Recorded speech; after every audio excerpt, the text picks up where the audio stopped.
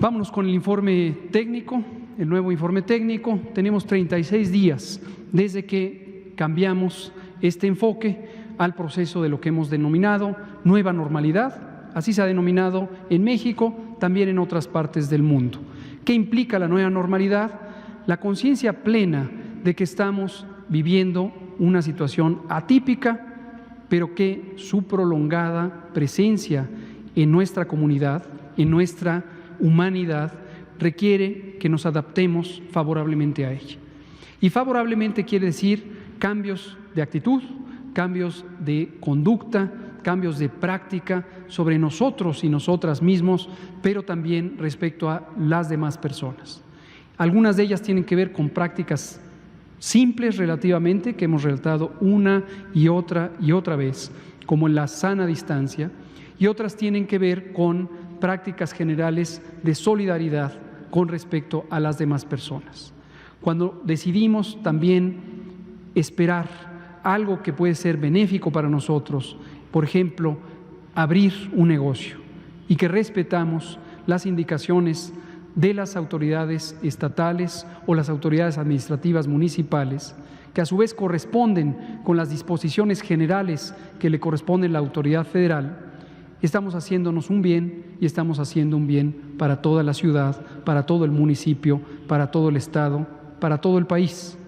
Y esa es la actitud que consideramos que mejor nos va a ayudar a convivir, coexistir con este virus por los siguientes meses, insisto, a nivel mundial por los siguientes años, hasta que entremos en un equilibrio ecológico, como la humanidad ha establecido equilibrios ecológicos con muchos otros agentes infecciosos.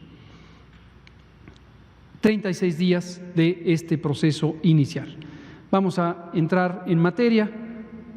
La siguiente, por favor.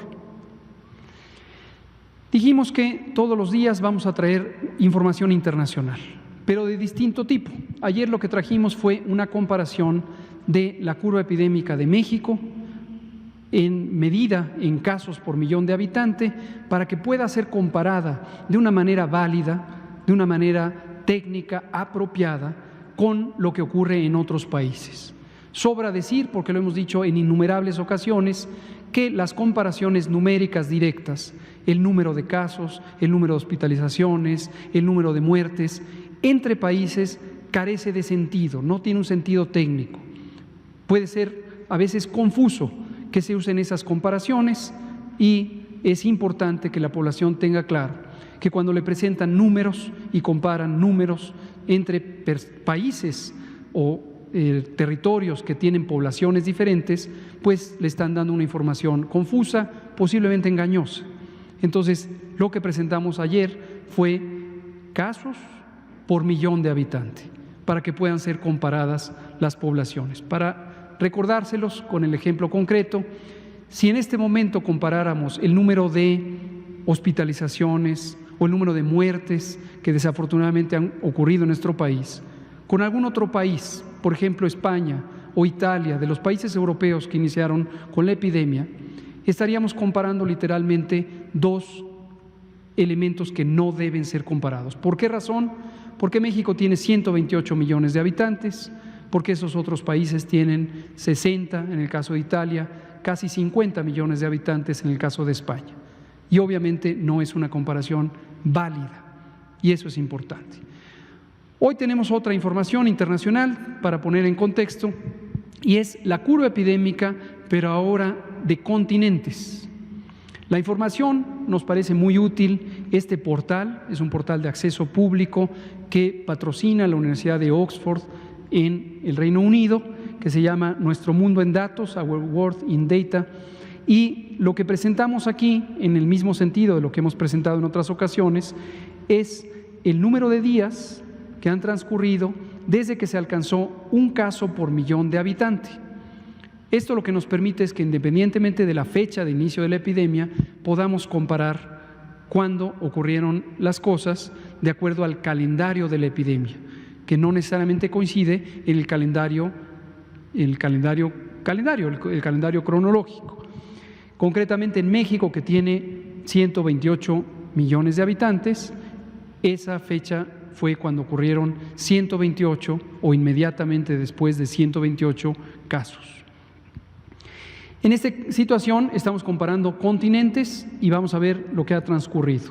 Veamos algunos. Tenemos América del Norte, es un subcontinente o una región de nuestro continente, y vemos aquí esta curva epidémica que inició en forma muy acelerada, después entró en una estabilización. Este término lo hemos usado de manera libre en otras ocasiones. A esto nos referimos con estabilización, es decir, ya no aumenta, tampoco está disminuyendo la cantidad de casos por millón de habitantes que se presentan diariamente.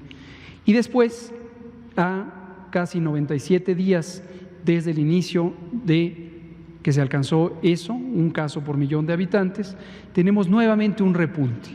Ayer presentamos una curva epidémica de país que tiene exactamente esta forma. Tenemos América del Sur, que también, si contamos los días transcurridos desde entonces, ha tenido este crecimiento todavía en su fase más aguda, más exponencial, más acelerada. Ayer presentamos también un caso de un país que tiene esta trayectoria. Luego tenemos Europa. Ayer presentamos 3 países europeos que tienen gruesamente esta presentación. Subieron a esta misma velocidad o una velocidad muy parecida y después progresivamente fueron descendiendo. Tenemos África, que va transcurriendo en un acontecer lento, afortunadamente todavía lento, y se encuentra en este momento. Vean ustedes que el continente africano entró después a la epidemia y por eso tiene menos días desde que alcanzó un caso por 1 millón de habitantes en todo el continente. Tenemos Asia y tenemos a Oceanía. La suma, tenemos 11.327.790 personas que han enfermado de COVID desde que empezó esta epidemia al inicio del año, 22% de ellas, que son un poco menos de 2.500.000, lo han tenido en los últimos 14 días y la tasa global de letalidad es 4.7%. La siguiente. Ahora tenemos el resumen nacional. Aquí están los datos que siempre presentamos. Hemos incorporado las personas recuperadas. Tenemos estos casos confirmados, las personas recuperadas y las muy lamentables defunciones acumuladas desde el 28 de febrero, cuando tuvimos el primer caso. Y vean ustedes en la gráfica que estaremos presentando todos los días, de acuerdo a las semanas epidemiológicas, hemos agrupado los datos de acuerdo a la semana en que van ocurriendo y tenemos hasta este momento estas proporciones de cómo se ha distribuido el conjunto de los casos que han sido registrados, en recuperados y en lamentables defunciones.